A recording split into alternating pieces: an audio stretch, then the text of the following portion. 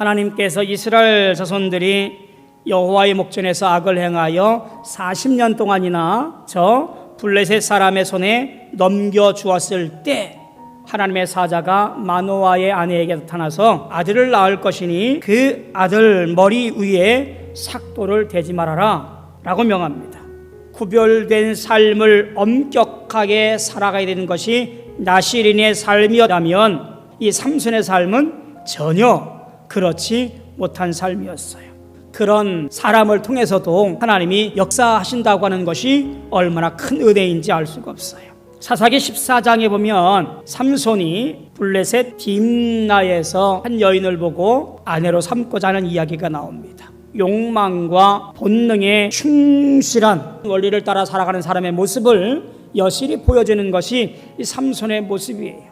17장 6절이라든가 혹은 21장 25절에서 말하는 것처럼 당시의 사람들이 제 눈에 옳은 대로 행하였더라 라고 하는 것을 이 삼손을 통해서도 여실히 보게 되어져요. 전적으로 하나님의 택한 백성이라고 말하지만 전혀 그렇지 않게 살아가는 모습, 그것이 당시의 이스라엘 백성들 축소해서 삼손의 모습으로 보여지고 있다라고 하는 거예요. 하나님의 사람이지만 하나님 없는 사람처럼 살고 있는 인생, 그것이 삼손의 모습이었어요.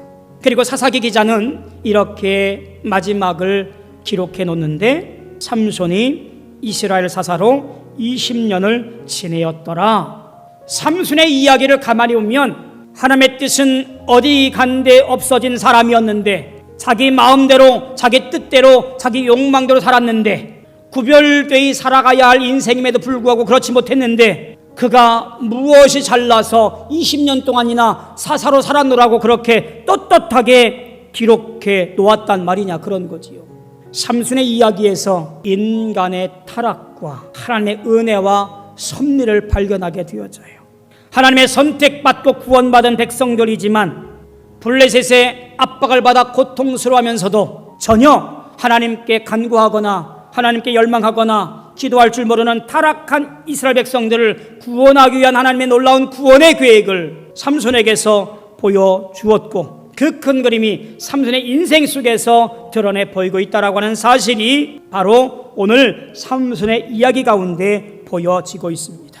안타까운 것은 삼손이 고백했듯이 나는 모태에서부터 나실인이 되었습니다. 그것도 하나님께 속한 나실인이었습니다 라고 고백했음에도 불구하고 그가 천방지축, 욕망과 쾌락, 명령과 규례는 까먹고 자기 마음대로 살았던 인생, 아무짝에도 쓸모없는 인생 살아온 것이 그 삼손임에도 불구하고 하나님은 그를 통하여 이스라엘의 구원을 시작하게 되어지는 것을 보게 되어집니다.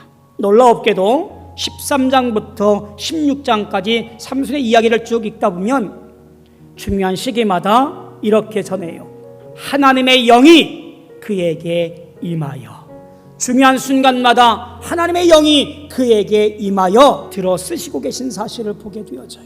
예수 믿는 순간, 그분이 나의 구원자라고 고백한 순간 나는 나로 살아가는 것이 아니라 주의 백성으로 살아가는 것이라 말하는 거예요.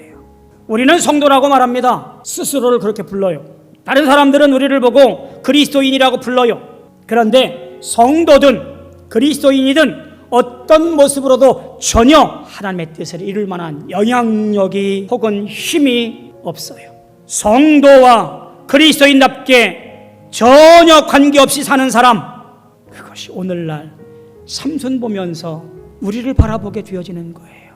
감사한 것은 그럼에도 불구하고 하나님께서 선택하신 백성을 통하여 일하시고 계신 것이 은혜라면 은혜겠지요. 오늘을 사는 성도는 스스로를 성별하여 구별된 삶을 살아가는 것이 필요합니다. 죄를 떠나고 주님의 주권 아래 성결한 삶을 살아가는 오늘의 나실인이 되어야만 해요. 여러분은 구별된 성도 나실인으로 살고 계십니까? 정말 나실인이 맞습니까?